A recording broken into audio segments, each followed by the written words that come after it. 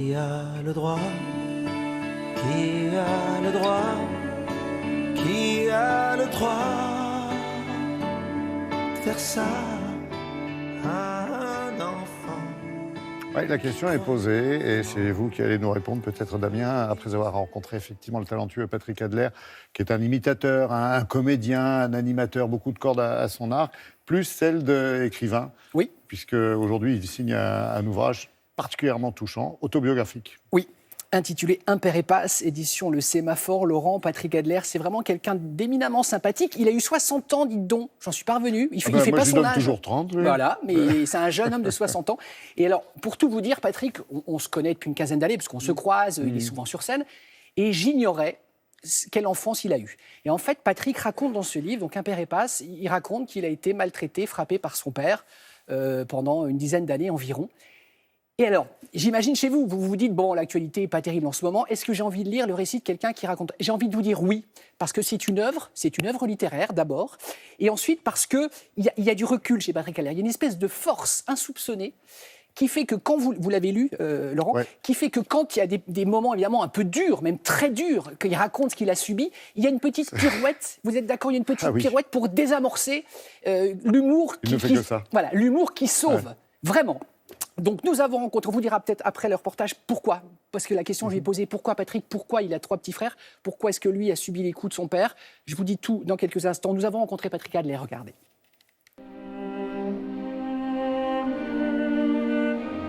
Patrick, vous avez été le souffre-douleur de votre père entre l'âge de 3 ans et 12 ans. Comment les premiers signes d'autoritarisme et de violence sont-ils apparus ?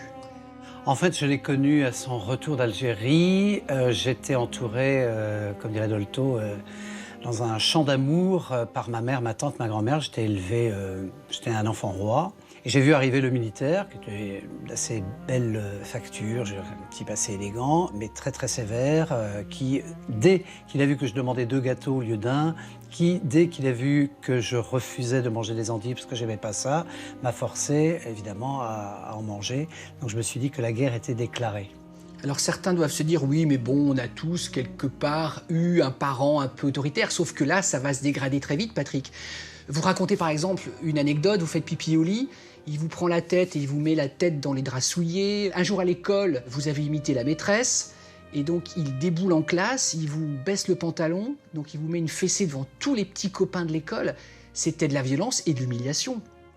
Oui, mais j'étais dans un rapport un peu comme dans Vipère au point entre Brasse-Bouillon et Folcoche. J'avais ma rouste au quotidien, mais j'étais un frondeur, pas du genre à me laisser marcher sur les pieds.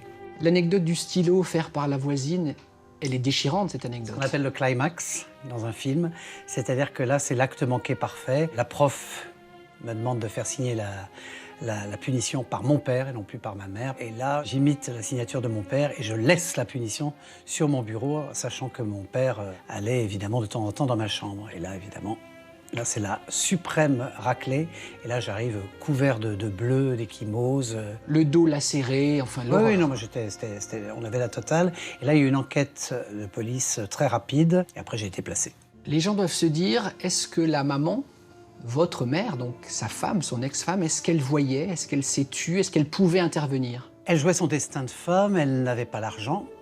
C'est lui qui ramenait le pognon à la maison, donc elle s'écrasait. Pendant longtemps, elle n'a rien dit, et puis un beau jour, les voisins un peu alertés lui ont dit qu'il était temps de prendre une décision. Elle a pris la décision de le quitter. Est-ce que vous lui avez trouvé des circonstances atténuantes à votre père? Oui, la guerre d'Algérie. Il est revenu d'Algérie complètement transformé. Il fumait énormément, il buvait énormément, il pensait qu'à faire la fête et à trousser quelques jupons. Je suis allé à son enterrement, alors que ma mère a refusé. Elle m'a dit que j'ai pas envie de faire partie du chœur des pleureuses. Et puis, c'est affreux à dire, c'est peut-être grâce à lui que je suis devenu ce que je suis devenu. La vie s'arrête pas là, on peut après transformer cette faiblesse en force, ce qu'on appelle la résilience chez Cyrulnik. Et si j'avais pas connu, si j'avais eu une enfance heureuse, peut-être que je n'aurais pas autant de choses à dire. Vous l'avez revu, votre père, après avoir été placé? J'ai revu, curieusement, 6 mois avant sa mort. J'ai appris qu'un jour qu'il était là et je suis allé le voir et j'ai vu un mec dans un état très très dégradé. Un type avec le cheveu long, des dents qui lui manquaient, très très amaigri. Il est mort d'un cancer du poumon assez rapidement, à 63 ans. Mais c'est marrant parce qu'il n'avait aucune photo de ses enfants au-dessus de son lit. L'histoire n'avait jamais existé. Il y avait les photos de sa sœur décédée, son père décédé et sa mère décédée. Donc c'était curieux.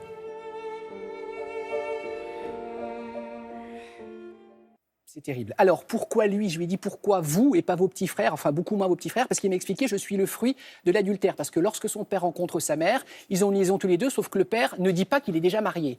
La maman tombe enceinte, il part faire la guerre d'Algérie, et voilà. Et entre-temps, qu'est-ce qui se passe? Eh bien, la femme demande le divorce, adultère. Donc il dit, moi, j'ai été la cause de tout ce bazar.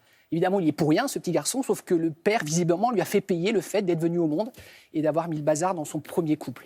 C'est vraiment, aller découvrir ce livre, Patrick Adler, Un père et passe, édition Le Sémaphore. Patrick, il a tout pris, il le raconte bien, il arrive à nous faire sourire. Merci. Oui.